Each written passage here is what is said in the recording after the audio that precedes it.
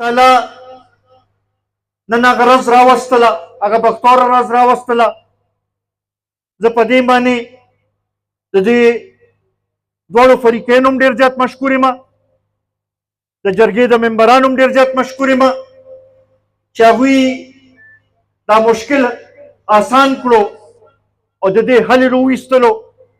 الله تعالی دې موږ ټولو دا توفیق راکړي چې آینده هم داسې څه مسلې راپېښېږي چې د هغې حل راوباسو. زه یو ځل بیا ستاسو ټولو ډېر زیات مشکور یم.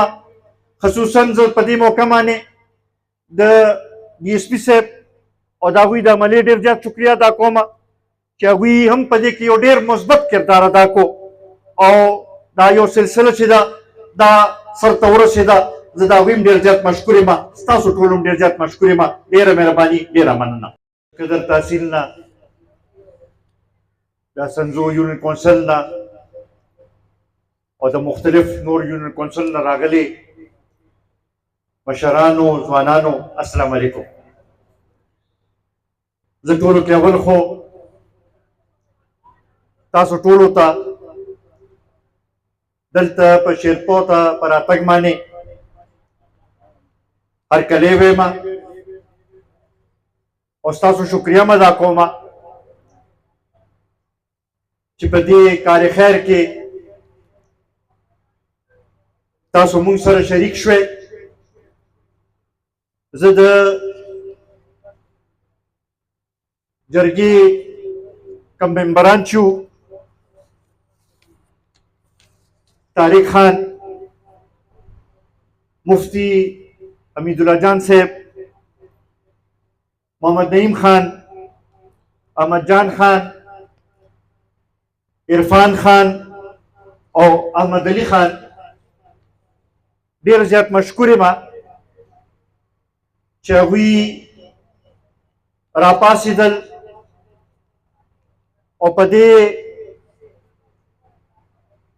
جوړه کې یو کردار ادا کو. تاسو ټولو ته پته ده چې دا سلسله د ډېرې مودې نه را روانه وه او په دې کې دواړه فریقین کاغه ابراهیم حاجي صاحب دي او عنایت الرحمن خان دي او کاغه ډاکټر صاحب دي او کاغه وقاص خان دي، د دوی دا سلسله او دا تنازع ډېرې مودې نه وه. نن دا موږ لپاره د خوشحالۍ خبره ده چې د دوی هغه تنازع ختمه شوه، هغه دشمني په دوستۍ کې بدله شوه او دوی زموږ ټولو مخامخ کم حلف چې اوچت کو. مونږ الله تعالی ته دا دعا کوو چې الله تعالی دې دوی له دا توفیق ورکړي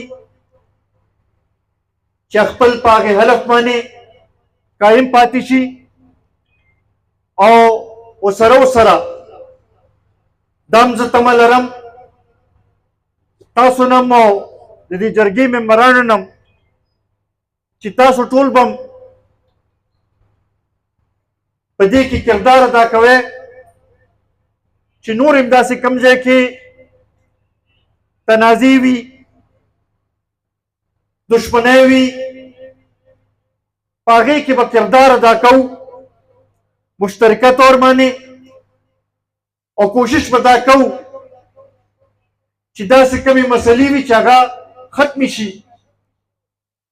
دا زموږ د پښتنو ډېره بدقسمتي ده چې ورکوټې خبرو نه زموږ تنازع جوړې شي او هغه بیا د لوی دشمنو شکل اختیار کړي.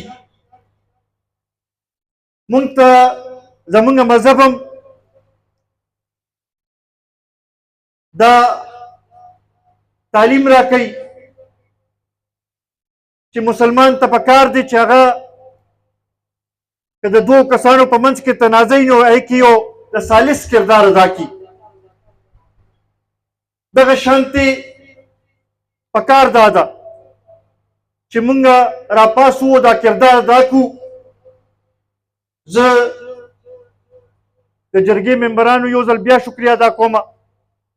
ما ته پته ده چې ډېر سخت کار و او ډېرې مودې نه دوی پکې کوششونه کړي. ما هم دواړو کوم چې د جرګې دواړو سایډو نه خلک وو دواړو سره به رابطه ساتله او زمونږ هم دا خواهش و